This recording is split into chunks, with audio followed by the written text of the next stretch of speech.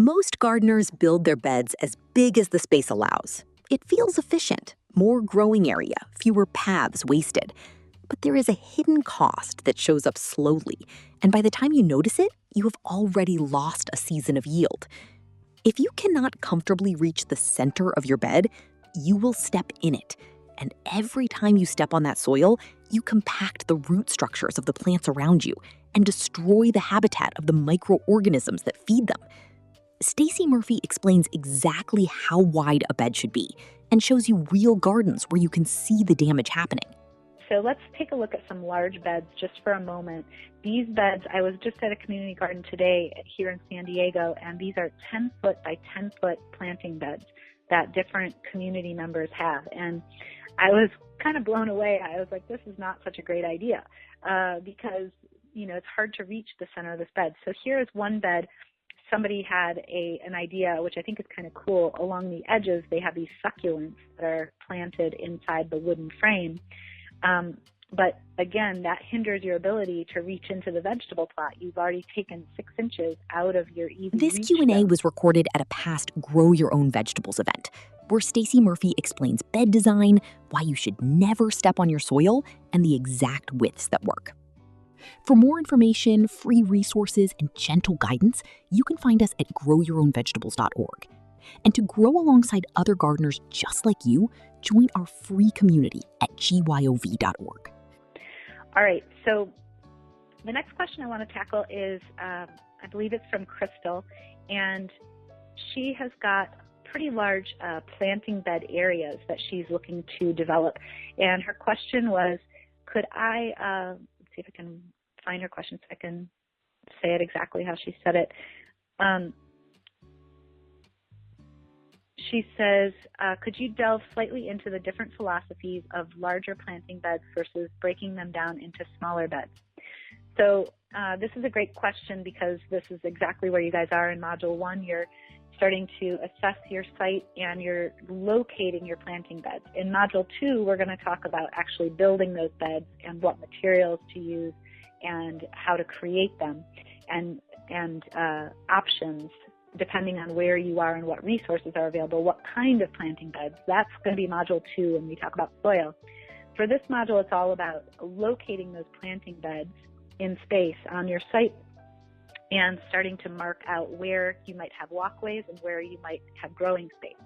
Now, that's really the point that I want to drive home when we're talking about planting bed size. I don't care if you want to make your site really have a lot of design features and the beds might be sweeping and bending. They might follow contour lines, and we're going to talk about Module 2, how to do terraced contour line beds. So you can have any kind of design feature you want, but if you have a really large area to fill with vegetables, what you're going to find over time is that you're walking on your planting bed in order to harvest things. And so the idea is to create planting beds with your ability to reach into the bed and work easily with the plants. And the reason why I highly recommend this, and again, you don't have to take this advice. I'll show you a couple of options in a moment of other ways to think about this. But I highly recommend having aisles and beds, and they don't have to be straight. They can be curved. But the reason I recommend it is that when you're cultivating soil, if you're stepping on it, you're compacting the root structures of the plants around, which hinders their ability to grow. And so what you're trying to do, and we're going to talk about this in Module 2, is you're going to try to make fluffy soil, kind of like chocolate cake. And every time you step on it, you hurt the ability of the soil to uptake nutrients into the plant, and so you're sacrificing that potential health of your plant and all of the microorganisms that are in your soil. You're basically interrupting their habitat, and the microorganisms in the soil is what feeds the plant roots. This is the part most gardeners have never had explained. Compaction is not just about the plant you stepped near. Root systems on mature vegetables extend well beyond the plant, and the soil life you crush takes months to rebuild. So you really don't want to step on soil. And again, module 2, we're going to go into much more depth. But that's the biggest reason why I say to break down your planting area into places where you walk and places where you plant. And because growing food requires working with the plants and reaching into the beds, if your bed is really large and you can't reach the center of the bed, you're going to be doing acrobatics in order to harvest food. You're going to be hurting your back. You're going to be hurting your body. And that's something that I don't recommend. So, and like I said, you are welcome to try different varieties based on your own body, different planting widths. My maximum is 1.5 feet because that's how far I can reach into a bed. The other bed I like is a bed that is about 2'6" in width.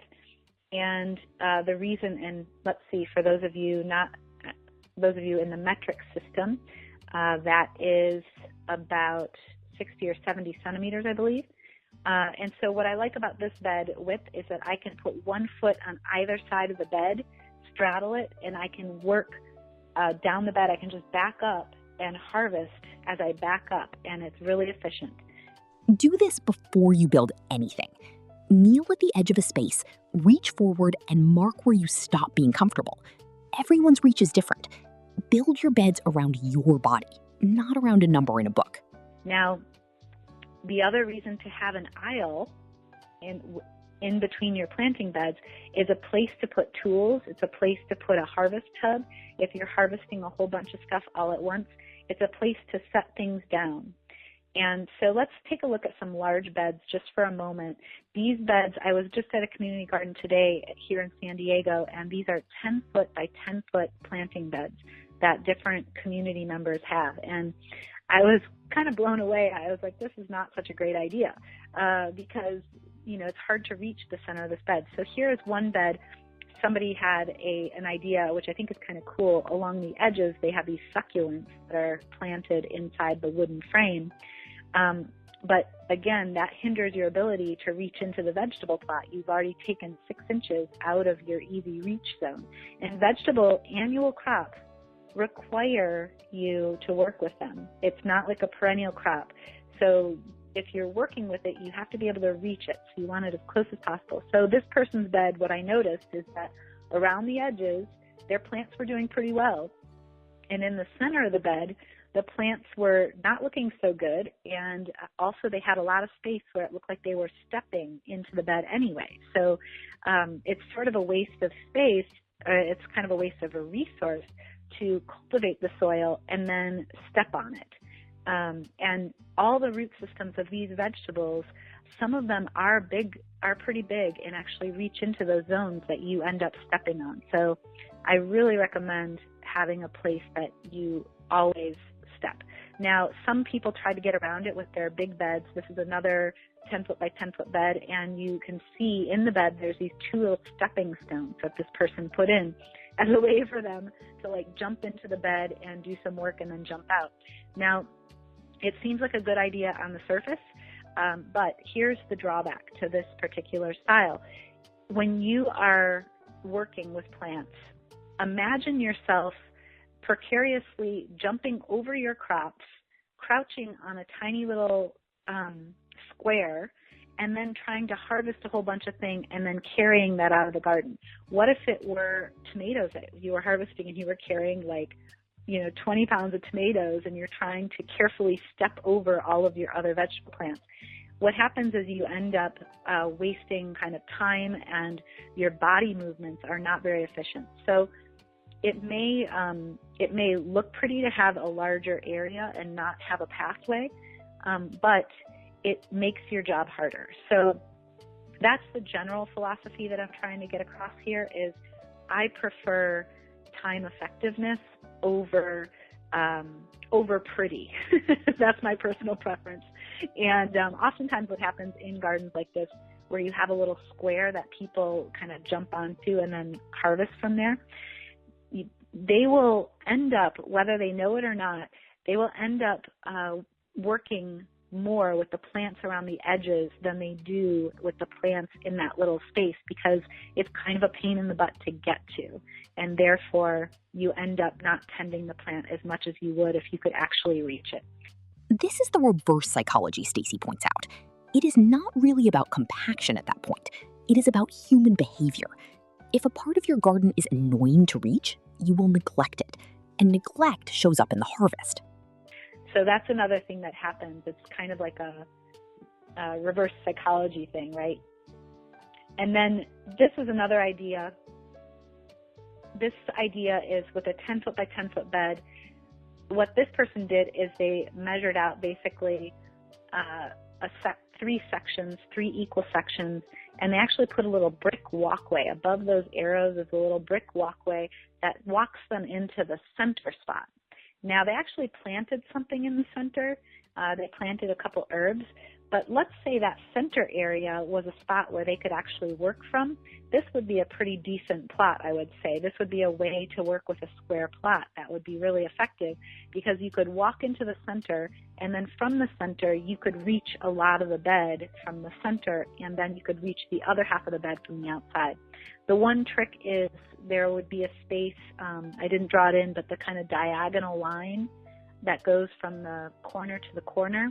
There might be a spot there which is hard to reach because it's going to be longer. It's on the diagonal, and you might find a little dead spot there that's harder to work and harder to reach. You do not have to tear the bed apart. Run a path into the middle and the whole bed becomes workable. Just accept that the diagonal corners will always be the hardest spots, and plant something forgiving there. Perennial herbs, flowers, something you aren't harvesting weekly. So those are some ways to break up a really large area.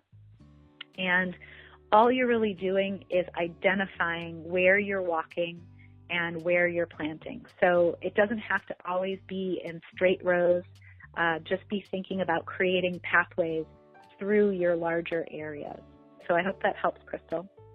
All right, so I got a question from, so Dominique, I know that you asked the question too about shade, and so I've already covered that previously, and the number of hours of sun that each veggie needs. It doesn't vary in the Pacific Northwest. However, what does vary in the Pacific Northwest is that you may have more gray days than other people. So your number of days that actually has sunlight might be less, and that might increase the number of days it takes for plants to mature versus in another zone. So, well, I said that you need to set your expectations for less yield and more days to maturity for crops that are grown in the shade. In the Pacific Northwest, you might have to even add a couple more days because it is a little bit gray where you are. Think about where you were at the start of this video. A bed built as wide as the space allowed. Reaching, stretching, occasionally stepping in, and not knowing that it mattered. Now look at what you know. Every footstep compacts the root structures of surrounding plants and destroys the microbial habitat that feeds them. Build to your reach, about 1.5 feet from one side, or 2.5 feet if you can straddle it. Keep the frame edges clear so you do not lose 6 inches of working width. And if you already have a big square bed, run a path into the center and rescue it. Stacey Murphy's rule is simple. Decide where you walk. Decide where you plant. Never let those two overlap. You are not the gardener who steps in the bed anymore. You are the one who built to their own reach, who kept the edges clear, who knows exactly where the paths go. If you want to keep learning from Stacey Murphy, join our free community of growers. This Q&A was recorded at a past Grow Your Own Vegetables event, and what Stacey just shared with you took her years of growing, failing, and figuring out to discover. Now imagine sitting down with 15 experts, exactly like her. 15 of the most respected gardeners, herbalists, and soil scientists on the planet, each sharing the single most powerful lesson they know, the insight that changed everything about how they grow food, the thing they wish someone had told them at the beginning. Clinical herbalists who can turn your garden into a medicine cabinet, soil scientists who will change how you see every handful of dirt, food growers who have fed entire communities from a backyard. all of it waiting for you right now, completely free at the Superfood Garden Summit. Go to growyourownvegetables.org/summit, register in 30 seconds, and start watching immediately.